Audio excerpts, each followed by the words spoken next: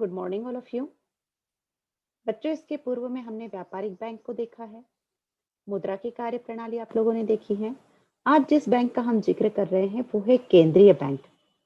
देखिए, professor will Rogers के अनुसार उन्होंने इस चीज को मानव के इतिहास में एक महत्वपूर्ण उपलब्धि के नाम से उन्होंने दर्शाया।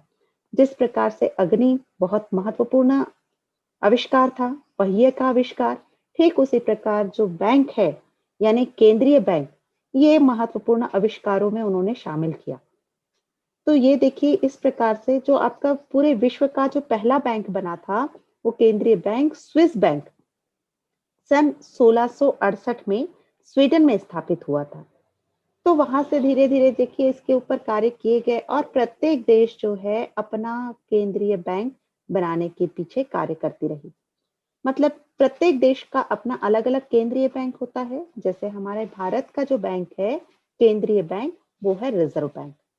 जो अन्य बैंकों का बैंक कहलाता है, सरकार का बैंक कहलाता है, एक देश का सर्वोच्च बैंक कहलाता है।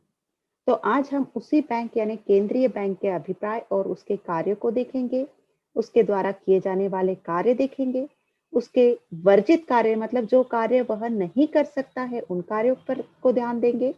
साथ में उनकी सफलताएं, असफलताएं, क्या उद्देश्य हैं, उससे संबंधित प्रश्नों को परीक्षा के लिए भी अपने आप को लिखने के लिए तैयार करेंगे। तो देखते हैं केंद्रीय बैंक अभिप्राय एवं कार्य। केंद्रीय बैंक का अर्थ एवं परिभाषा। देखिए बच्चों, केंद्रीय बैंक का अर्थ एवं परिभाषा, किसी देश का केंद्रीय बैंक उस देश की सर्वोच्च वित्तीय संस्था होती है। यानी ये सबसे बड़ी वित्तीय संस्था है उस देश की, और साथ ही साथ यह देश का शीर्ष बैंक होता है। पहली तो वित्तीय संस्था, फिर देश का शीर्ष बैंक। देश के समस्त बैंक इसके मार्गनिर्देशन में कार्य करते हैं, यानी इसको बैंकों का बैंक भी कहते हैं। इस बैंक को नोट छापने का एक अधिकार होता है, एक ही अधिकार, यानी सिर्फ केंद्रीय बैंक ही नोट छाप सकता है। यह बैंक अर्थव्यवस्था में मुद्रा की पूर्ति एवं साख को नियंत्रित करता है। किसकी? मुद्रा की। मुद्रा के बारे में हम पूर्व में पढ़ चुके हैं। Reserve Bank of India Bharat का केंद्रीय बैंक है, जिसका प्रधान कार्यालय मुंबई में स्थित है एवं इसकी स्थापना 1 अप्रैल 1935 ईस्वी में की गई। तो इस प्रकार से यह अपने अपने देश का जो हमारा केंद्रीय बैंक है, प्रत्येक देश के अपने अलग-अलग केंद्रीय बैंक होते हैं जिनके नाम अलग-अलग है। हमारे देश का केंद्रीय बैंक है Reserve Bank of India. Professor Kent ने परिभाषा दी है, केंद्रीय बैंक वह संस्था है जिसे जनहित में मुद्रा की मात्रा में विस्तार एवं संकुचन का कार्य दिया जाता है। विस्तार और संकुचन किसके? मुद्रा की मात्रा में। मुद्रा यानी धन की पूर्ति और कमी, उसको कंट्रोल किया जाएगा। सैमुअल्सन के अनुसार परिभाषा देखिए, केंद्रीय बैंक एक ऐसा बैंक है जिसे देश की सरकार अपने लेन देन के कार्य करने, व्यावसायिक बैंकों को नियंत्रित करने, व्यावसायिक बैंक यानी अन्य बैंकों के बारे में, राष्ट्र की मुद्रा की पूर्ति एवं साख की व्यवस्था के नियंत्रण में सहयोग देने के लिए स्थापित करती है। देखिए, व्यावसायिक बैंक यानी व्यापारिक बैंक जो पढ़ चुके हैं आप लोग, कई प्रकार के एसबीआई हो गया, आपका महाराष्ट्र बैंक हो गया, आपका पंजाब नेशनल बैंक हुआ, कैनरा बैंक हुआ, अन्य ग्रामीण सहकारी बैंक हुए, सब बैंकों को नियंत्रित करना और मुद्रा की पूर्ति और साख की व्यवस्था, इन सब को नियंत्रण और सहयोग देने के लिए इस बैंक की स्थापना हुई। अब केंद्रीय बैंक यानी रिजर्व बैंक की स्थापना के उद्देश्य देखिए, यहाँ पे स्थापना किस किस कारणों से हुई है। पहला, रुपयों के आंतरिक एवं बाह्य मूल्यों में स्थिरता। आंतरिक और बाह्य मूल्य यानी रुपयों का आंतरिक मूल्य और बाह्य मूल्य किस प्रकार से हम कह सकते हैं, जितने रुपयों की जो व्यवस्था होती है कि रुपए की जो वैल्यू है उसका मूल्य, यानी यहाँ पर उसके मुद्रा जो है हमेशा ना तो बहुत ज्यादा विस्तार हो जाए, यानी मुद्रा की वैल्यू ना तो बहुत ज्यादा बढ़ जाए और ना ही उसकी वैल्यू कम हो जाए। तो इन सबको स्थिरता में लाने के लिए यहाँ पर रिजर्व बैंक, ऐसा कोई बैंक की स्थापना का उद्देश्य रखा गया कि ऐसा कोई बैंक होना चाहिए जो इस रुपए को, मुद्रा की वैल्यू को बनाए रखे, उस पर नियंत्रण कर सके। इसलिए इस बैंक का स्थापना हुई। फिर सार्वजनिक ऋणों की व्यवस्था करना। सार्वजनिक ऋणों की व्यवस्था करने में देखिए जो केंद्रीय बैंक है वो महत्वपूर्ण भूमिका अदा करता है। यह सरकार द्वारा विदेशों में अंतर्राष्ट्रीय वित्तीय संस्थाओं के लिए लिए जाने वाले ऋणों एवं भुगतान का हिसाब भी रखता है। यानी सरकार के द्वारा विदेशों से लिया गया ऋण, दिया गया ऋण, यानी ऐसे प्रकार के बड़े ऋण, उन सब की व्यवस्था भी करता है। फिर कोषों का केंद्रीयकरण। देखिए कोषों का केंद्रीयकरण मतलब जब इतने सारे अलग-अलग व्यापारिक बैंक है, पहले क्या था कि यहाँ पर अलग-अलग बैंक जो है अपने नगद कोष अलग रखते थे और उसके कारण क्या होता था कभी-कभी जनता का विश्वास भी डगमगाता था। अब ऐसे बैंक की स्थापना का उद्देश्य रखा गया कि इन सारे बैंकों का कोष जो है कहीं एकत्रित हो जिसके ऊपर कोई निगरानी रख सके। तब रिजर्व बैंक का निर्माण किया गया, यानी केंद्रीय बैंक की स्थापना हुई। तो केंद्रीय बैंक में अन्य बैंक जो है अपने कोषों का हिसाब किताब देंगे, उसके कोषों की जानकारी देंगे, ताकि जनता का विश्वास भी बना रहे, उसके संबंधित नीतियां और नियम निर्धारित हुए। फिर मुद्रा और साख नीति में समन्वय लाना। मुद्रा यानी कितनी मुद्रा का निर्गमन किया जाए, मुद्रा की स्थितियों को, यानी मुद्रा संकुचन हो गया, मुद्रा प्रसार हो गया, उस स्थिति को कंट्रोल में रखा जाए।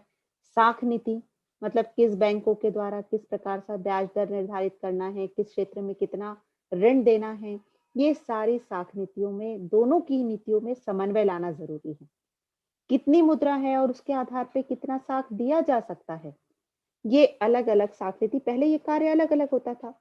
रिजर्व बैंक की स्थापना के पूर्व क्या होता था, मुद्रा का निर्गमन सरकार द्वारा और साख का नियंत्रण इंपीरियल बैंक द्वारा किया जाता था। तो ये जो दोहरापन था इसको समाप्त कर ऐसे बैंक की स्थापना की आवश्यकता पड़ी कि दोनों नीतियों में समन्वय हो। फिर बैंकिंग व्यवस्था का विकास करना। बैंकिंग व्यवस्था यानी देश जो है बैंकिंग व्यवस्था के समुचित विकास के लिए यहाँ पर एक ऐसा बैंक चाह रहा था जो अन्य बैंकों के विकास के लिए कार्य करे और उसके निर्देशानुसार कार्य करे, उन यानी इनमें एकजुटता पैदा करे।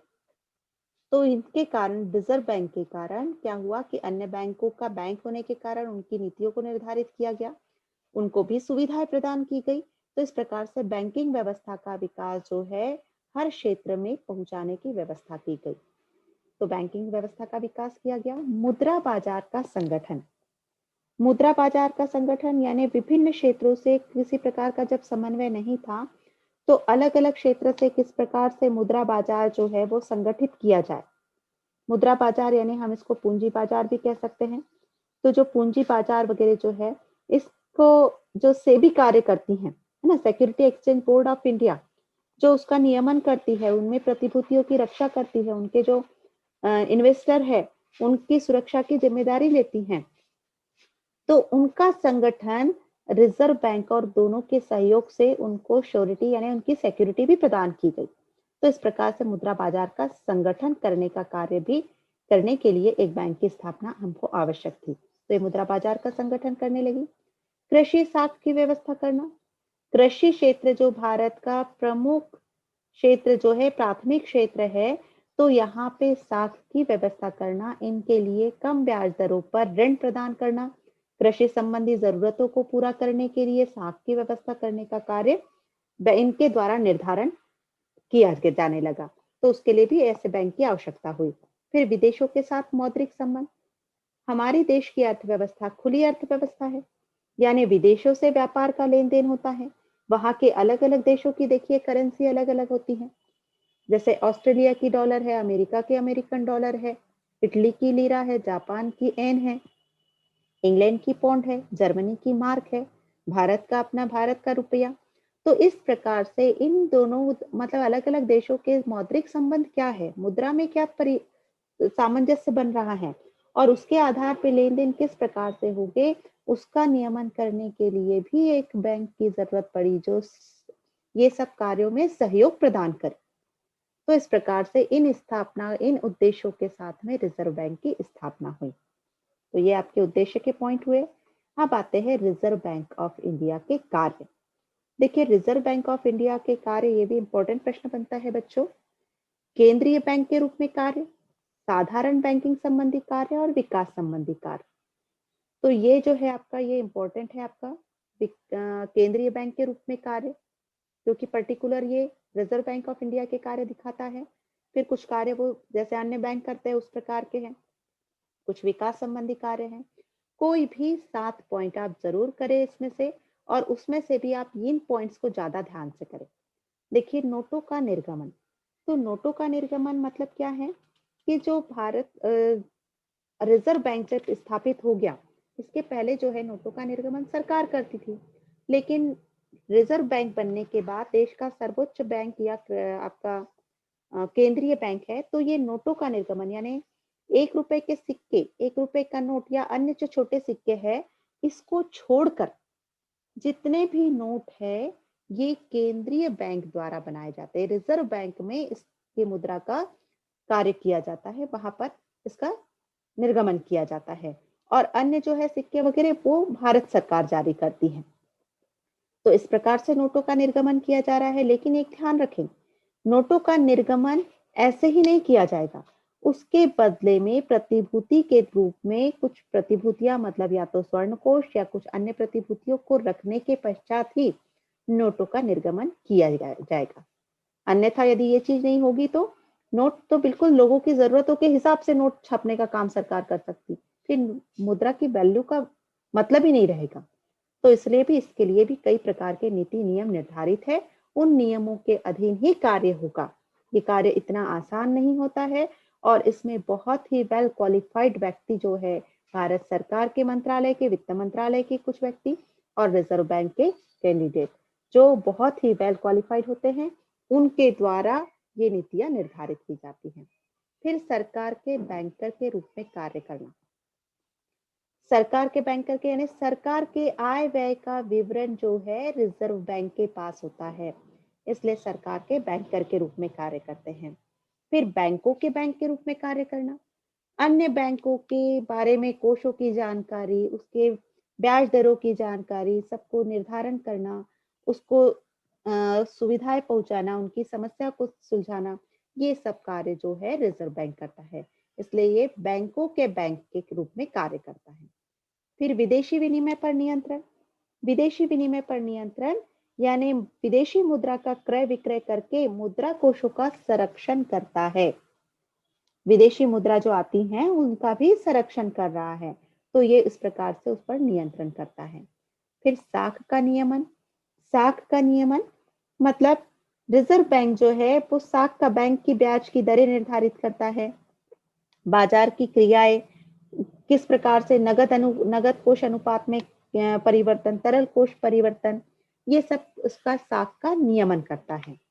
ये हो गए केंद्रीय बैंक के रूप में यानी बैंकों के बैंक के रूप में या सर्वोच्च बैंक के रूप में कार्य। फिर आता है साधारण बैंक संबंधी कार्य। साधारण बैंक यानी अन्य जो व्यापारिक बैंक कर रहे हैं उससे मिलते जुलते कार्य, मिलते जुलते एज इट इज वही के वही कार्य नहीं। जमा पर रुपया प्राप्त करना। जमा पर रुपया प्राप्त करना यानी ये क्या कर रहा है, जमा करता है रिजर्व बैंक जो है अन्य सरकारी, अर्ध सरकारी, गैर सरकारी संस्थाओं और व्यक्तियों से जमा प्राप्त कर सकता है, लेकिन इन जमाओं पर किसी प्रकार का ब्याज नहीं देगा। ये ध्यान रखिएगा, वो ब्याज नहीं देता है। जमा स्वीकार कर रहा है लेकिन ब्याज नहीं देगा, जबकि अन्य बैंक ब्याज देते हैं। जब हम वर्जित कार्य पढ़ेंगे तो ये पॉइंट हमको वहां पे लिखना होगा, तो ये चीज ध्यान रखेंगे। फिर ऋण लेना। रिजर्व बैंक जो है किसी भी अनुसूचित बैंक अथवा अन्य देशों के केंद्रीय बैंक से अधिक 1 महीने के लिए ऋण ले सकता है। टाइम पीरियड ध्यान रखिए, 1 महीने के लिए। फिर ऋण देने का कार्य। रिजर्व बैंक केंद्र एवं राज्य सरकारों को 90 दिन के लिए ऋण एवं अग्रिम के रूप में ऋण देता है। तो ये उनकी बैंकों की मांग पर या 90 दिन के अंदर दे ऋण प्रदान करता है। फिर विदेशी विनिमय का क्रय विक्रय। यह जो रिजर्व बैंक के जो सदस्य है बैंकों से कम 1 लाख रुपए के विदेशी विनिमय का क्रय विक्रय कर सकता है, 1 लाख तक का। फिर बहुमूल्य पदार्थों को सुरक्षित रखना। कीमती और बहुमूल्य पदार्थ जो है रिजर्व बैंक के, जैसे नगद रुपया हो गया, बहुमूल्य प्रतिभूतियां, इन सबको सुरक्षित रखने का कार्य करता है। स्वर्ण का क्रय विक्रय करना। रिजर्व बैंक स्वर्ण के सिक्के, धातु, इन सब का क्रय विक्रय का करने का कार्य भी करता है। ये हो गए बैंकिंग संबंधी। जो अन्य बैंक भी कार्य करते हैं, लेकिन अन्य बैंक से थोड़ा सा जो अंतर है वही उसके वर्जित कार्य में आ जाएगा। फिर विकास संबंधी कार्य, बैंकिंग सुविधाओं को बढ़ावा, क्योंकि बैंकों का बैंक है तो बैंकों में और किस प्रकार की सुविधाएं बढ़ाई जाए, लोगों को भी मतलब उनके बैंक के जो ग्राहक है उनको भी सुविधा प्राप्त हो, बैंकिंग प्रणाली कार्य जो है वो आसानी से हो सके, हर लोगों तक के वो सुविधाएं पहुंच सके, इस प्रकार के विकास कार्य करता है। औद्योगिक साख, बड़े बड़े उद्योगों को, वृहत उद्योगों को साख का नियमन करता है। छोटे उद्योगों को भी उदारीकरण के माध्यम से वहां पर नियमों को शिथिल बना के साख प्रदान करने में सहायता प्रदान करता है सरकार की। कृषि साख यानी कृषक वर्ग के लिए कृषि से संबंधित कार्यों के लिए साख की व्यवस्था करता है। फिर मुद्रा के जो दोष है, मुद्रास्फीति, मुद्रा संकुचन, इन पर भी कंट्रोल करके वस्तुओं की कीमतों के स्तर में स्थिरता लाने का प्रयास करता है। तो इस प्रकार से रिजर्व बैंक ऑफ इंडिया के ये कार्य हुए। अब जो और महत्वपूर्ण पॉइंट आता है, यानी और अच्छा क्वेश्चन बनता है, रिजर्व बैंक के वर्जित कार्य। वर्जित कार्य मतलब ऐसे कार्य जो रिजर्व बैंक नहीं कर सकता, यानी कार्य तो कर रहा है लेकिन ये वाले कार्य वो रिजर्व बैंक जो है वो नहीं करता, क्योंकि बैंक जरूर है लेकिन देखिए जमा स्वीकार कर रहा है लेकिन जमा पर ब्याज नहीं दे सकता। अभी ऊपर मैंने बताया आप लोगों को। फिर बिना जमानत के ऋण नहीं देगा, ऋण दे रहा है लेकिन अवधि कम है और बिना जमानत के ऋण नहीं देगा। तो पहला ब्याज नहीं देगा, बिना जमानत के ऋण नहीं देगा, और किसी प्रकार के व्यापार व्यवसाय में हस्तक्षेप नहीं कर सकता, ना तो कोई बिल ले सकता है और ना ही भुना सकता है। जबकि अन्य व्यापारिक बैंक जो है ग्राहकों मतलब उनके जो कस्टमर होते हैं उनके एजेंट का भी कार्य करते हैं, लेकिन ये नहीं करेगा। रिजर्व बैंक देश के व्यापार, वाणिज्य तथा उद्योगों में भाग नहीं ले सकता। किसी प्रकार की पूंजी को ये किसी व्यापार व्यवसाय में नहीं लगा सकता। रिजर्व बैंक अचल संपत्ति की जमानत पर ऋण नहीं दे सकता। कोई उसके पास जो अचल संपत्ति है जमानत पर रखी गई है उसके उपलक्ष्य में ये ऋण नहीं दे सकता, और ना ही इस प्रकार की संपत्ति को खरीद सकता। कोई खरीदी बिक्री ये नहीं कर सकता। फिर 6 पॉइंट देखिए, रिजर्व बैंक अपने अथवा अन्य बैंक अथवा किसी कंपनी के अंश नहीं खरीद सकता, यानी पूंजी बाजार में निवेश नहीं कर सकता और ना ही अंशों को जमानत पर ऋण दे सकता है। ये कार्य जो है ये रिजर्व बैंक के वर्जित कार्य, यानी इन कार्यों को रिजर्व बैंक नहीं करता। ये अच्छा क्वेश्चन बनता है, कई बार पूछा गया भी है। एक तो रिजर्व बैंक के कार्य, दूसरे वर्जित कार्य। अब इन्हीं कार्यों के आधार पर देखिए रिजर्व बैंक के बहुत सारे कार्य हमने पढ़े, तो क्या रिजर्व बैंक किन कार्यों के माध्यम से अपनी सफल हुआ है। एक और देखिए, ये साख को नियंत्रण करता है ना, जैसे हमने ऊपर देखा ऊपर कि साख को नियंत्रण करता है, ये भी एक प्रश्न बनता है कि साख को नियंत्रित कैसे करता है। फिर देखिए रिजर्व बैंक की सफलताएं, सफल कार्यों के अंतर्गत हमने साख नियंत्रण देखा। अब सफलताओं में देखिए नोट निर्गमन में सफलता। इसके पूर्व में जब रिजर्व बैंक नहीं था तब भारत सरकार कार्य करती थी, लेकिन उसके बाद से नोट निर्गमन रिजर्व बैंक कर रहा है और उसमें काफी सफल रहा है, क्योंकि हमारे मुद्रा का जो निर्गमन किया जा रहा है, नोटों का निर्गमन किया जा रहा है, वो एक अच्छी क्वालिटी की, यानी हमारे देश की मुद्रा एक अच्छी मुद्रा में शामिल होती है।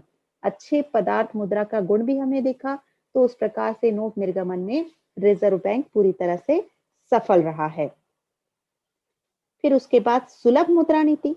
सुलभ मुद्रा नीति मतलब ये जो है बहुत आसानी से अपने जीवन काल में, मतलब रिजर्व बैंक के जीवन काल में एक मुद्रा को अच्छी तरीके से बिना किसी परेशानी के नियमों के अधीन रह के मुद्राओं को उपलब्ध कराता है और मुद्रा के दोषों पर नियंत्रण भी कर रहा है। देखिए थर्ड पॉइंट वही कह रहा है, स्फीति नियंत्रण। मुद्रा के दोष में मुद्रा स्फीति, यानी बहुत ज्यादा मुद्रा यदि लोगों के पास हो जाए तब उसको कंट्रोल कैसे किया जाए, क्योंकि बहुत ज्यादा मुद्रा किसी भी कार्य, किसी भी चीज की अधिकता जो होता है, आधिक्य जो होता है, वो नुकसानदेह होता है।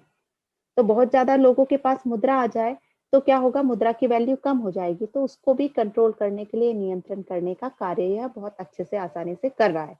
सफलतापूर्वक रिजर्व बैंक इसमें सफलता हासिल किया है। ब्याज दरों में स्थिरता, जब लोगों के पास ज्यादा पैसे आने लगे तो ब्याज की दर बढ़ा दी जाएगी, है ना? तो ब्याज की दरों को स्थिर करने की कोशिश करता है। फिर यदि लोगों के पास पैसों की कमी हो जाए तो साख की मात्रा बढ़ा दी जाएगी कम ब्याज दरों पर। इस प्रकार से ये लोगों की आर्थिक जरूरतों को ध्यान में रखते हुए ब्याज दरों में स्थिरता लाई है और रिजर्व बैंक ने यहाँ पर भी सफलता हासिल हासिल की है। फिर सार्वजनिक ऋणों की व्यवस्था करना, सरकार को पैसों की आवश्यकता रही तो सरकार के एजेंट के रूप में रिजर्व बैंक कार्य करता है। तो अन्य विश्व के बैंकों से भी वह ऋण लेकर कार्य करके अंतरराष्ट्रीय ऋण में भी भारी मात्रा में कम ब्याज दर पर ऋण उपलब्ध कराता है और सहायता देता भी है, सहायता लेता भी है। तो इस प्रकार से जैसी आवश्यकता के अनुरूप ये ऋण की व्यवस्था इसने सफलतापूर्वक की है। फिर कृषि वित्त की व्यवस्था करना, कृषि क्षेत्र जो हमारे देश का प्राथमिक क्षेत्र है, उस क्षेत्र में भी कृषि से संबंधित कार्यों के लिए कृषि विभाग की स्थापना करके ग्रामीण क्षेत्रीय बैंकों में कृषि क्षेत्र का विस्तार करने के लिए उसने वित्त की व्यवस्थाएं उपलब्ध कराई।